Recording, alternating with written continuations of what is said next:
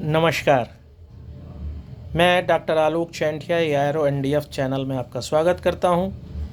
आज बात करते हैं उस विश्व की जहां पर हमेशा से हमने जानवरों से अपने को अलग दिखाने के लिए संस्कृति बनाई। संस्कृति बनाने के बाद हमने देश राज्य की संकल्पना करी, लेकिन हर बार बहुत प्रयास करने के बाद भी, अपनी असुरक्षा के लिए संस्कृति का निर्माण करने के बाद भी, गाजर मूली की तरह समय समय पर युद्ध के नाम पर, धर्म के नाम पर, राजनीति के नाम पर, आपसी विवादों के नाम पर मानो गाजर मूली की तरह काटा जाता रहा है।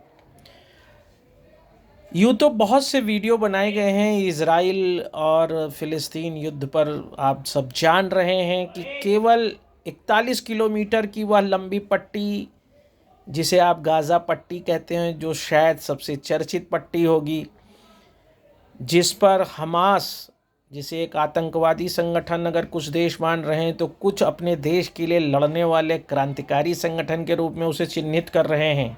लेकिन जिस तरीके से 7 अक्टूबर को हमास ने हमला करके इजराइल के एक अच्छे दिन को मानव और मानवता के साथ कलंकित किया, उससे एक बात हर व्यक्ति को सोचने के लिए मजबूर करती है कि प्रथम विश्व युद्ध जब हुआ तब भी लाखों लोग मार दिए गए। द्वितीय विश्व युद्ध हुआ तो जिस तरीके से हिटलर ने कत्लेआम मचाया और एक नर पिशाच की तरह मानव की हत्या करी, उसमें 10 दिसंबर 1948 को सार्वभौमिक मानवाधिकार घोषणा पत्र यानी universal declaration of human right लाया गया। उस संकल्पना का पहला अनुच्छेद जो कहता है all human being are born free and equal. तो जब सभी मनुष्य समान हैं, स्वतंत्र हैं, तो फिर उनके स्वतंत्रता को हम बाधित करके कैसे उन्हें मार रहे हैं? अगर सार्वभौमिक मानवाधिकार घोषणा पत्र का कोई अर्थ है, 24 अक्टूबर 1945 में स्थापित संयुक्त राष्ट्र संघ का कोई अर्थ है, तो मानवता और मानवाधिकार के विरुद्ध चल रहे वैश्विक स्तर पर कार्य को क्यों नहीं रोका जा रहा है?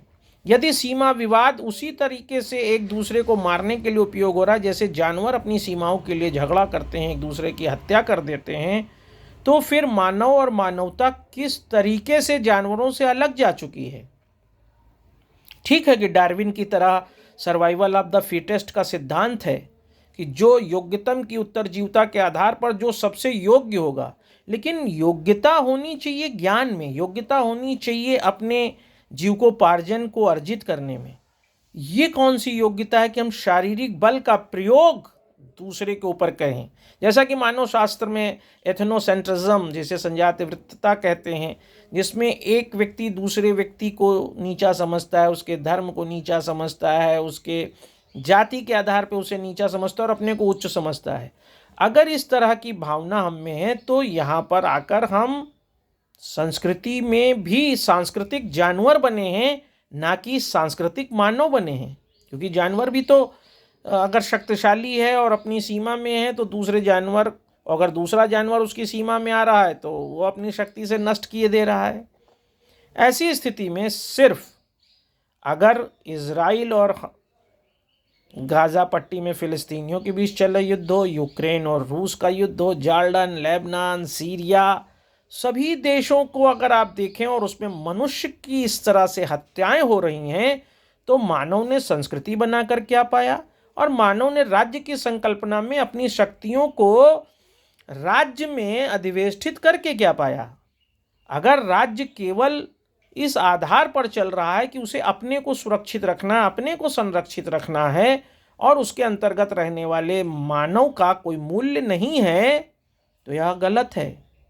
ऐसे में जो सार्वभौमिक मानवाधिकार घोषणा पत्र है, उसमें इस मानवाधिकार को सम्मिलित किया जाना चाहिए कि राइट टू नेचुरल डेथ।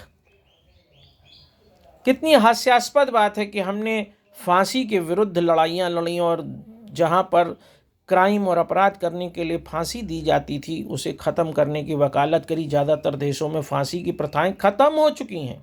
क्योंकि यह क्रूरता माना जाता है। लेकिन कितनी अजीब सी बात है कि हम सीमाओं के लिए उसी क्रूरता के साथ मानव हत्या करता है, पूरी पूरी बस्तियां उजाड़ रहा है। कम से कम प्रत्येक मानव या तो चाहता है कि वह जिस तरह से स्वतंत्र रूप से जन्म लिया है उसी तरह स्वतंत्र रूप से मरे।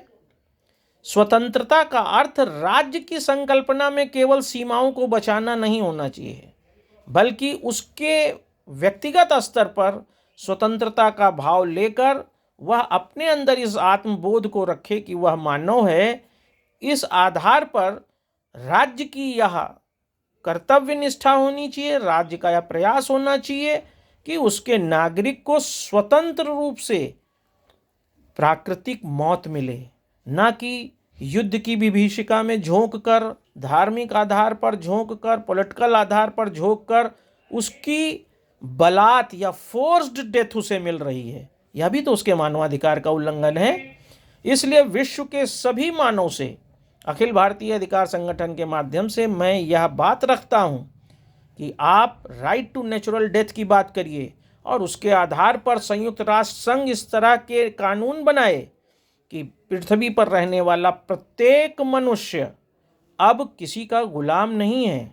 यहाँ तक कि राज्य भी सीमाओं की सुरक्षा के लिए उसका उपयोग करेगा, लेकिन जबरदस्ती राज्य के विस्तार के लिए, दूसरे राज्यों पर कब्जा करने के लिए, उन सीमाओं की रक्षा करने वाले लोगों की बलात् हत्या के दावानल में नहीं झोंकेगा। फोर्स्ड डेथ की तरफ ना आर्मी के लोग जाएं, ना एक आम आदमी जाए, बल्कि राइट टू नेचुरल डेथ में यदि शांतिपूर्वक रहते हुए एक सामान्य आदमी के जीवन में कोई हस्तक्षेप कर रहा है और उस आदमी द्वारा अपने जीवन के लिए राज्य के साथ मिलकर अपनी रक्षा का प्रयास किया जा रहा है, तो उसको भी पहले तो रोकने का प्रयास करना चाहिए या सिर्फ उसे ही परमिशन दी जानी चाहिए।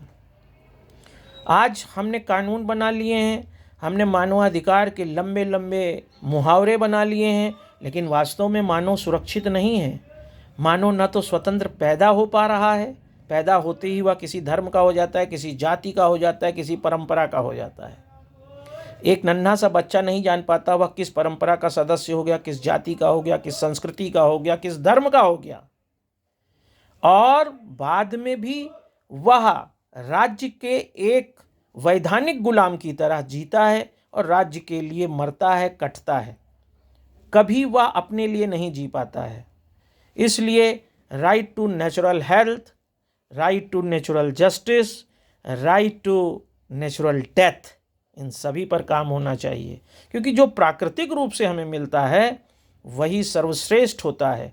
और जिस तरीके से हमास ने पहले गलती किया, फिर उसके बाद इजराइल ने जिस तरीके से बस्तियों को ध्वस्त किया, गाजा पट्टी में 20 हजार लोग मार दिए गए, क्या वे सारे मनुष्य, चाहे वो इजराइल के हों, यूक्रेन के हों, रूस के हों, फिलिस्तीन के हों, जो मार दिए गए हैं, वह नहीं चाहते थे कि वह अपना जीवन सामान्य जिएं, हंसते गाते उन सांस्कृतिक प्रतिमानों के साथ जिएं जिसके आधार पर मानो अपना जानवरों से विभेद करता है?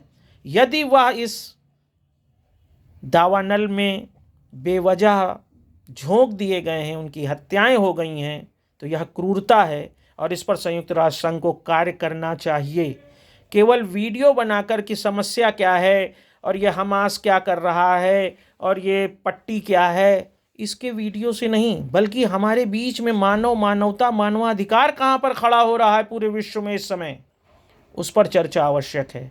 उसके आधार पर सरकारों से, राज्यों से, वैश्विक संस्थानों से इस आवाज़ को उठाना आवश्यक है कि हमें जीने दो, जियो और जीने दो, न तुम हमें मारो न हम तुम्हें मारें। हम पैदा अगर स्वतंत्र हुए हैं तो हमें हमारे हिसाब से मृत्यु तक पहुंचने दो, और वह मृत्यु भी प्राकृतिक हो, जिसमें किसी के द्वारा गोली मारकर, किसी के द्वारा धनुष बाण से मारकर, किसी के द्वारा जहर देकर न मारा गया हो। उस प्रकृति ने यह निश्चित किया हो कि अब इस मनुष्य का जीवन समाप्त होना चाहिए। उस मृत्यु का अधिकार हमें मिलना चाहिए, जो नहीं मिल रहा है, क्योंकि आज हर मनुष्य पृथ्वी पर भय से जी रहा है, डर से जी रहा है। उसे पता ही नहीं है किस समय परमाणु बम गिरेगा, हाइड्रोजन बम गिरेगा और किस समय वह मार दिया जाएगा। इसलिए राइट टू नेचुरल डेथ की आवाज़ उठाइए और इस राइट टू नेचुरल डेथ के तले खड़े होकर पूरे विश्व में शांति का उद्घोष करिए। तभी मानवाधिकार सच्चे अर्थों में स्थापित होगी। नहीं तो हथियारों को बेचने की होड़ में, सीमाओं के विस्तार की होड़ में और अपने वर्चस्व को दिखाने की होड़ में सिर्फ और सिर्फ मानव मारा जाता रहेगा, उसके मानवाधिकार का हनन होता रहेगा। ऐसे ही किसी दूसरी बात के साथ मैं फिर आपके साथ होऊंगा। नमस्कार।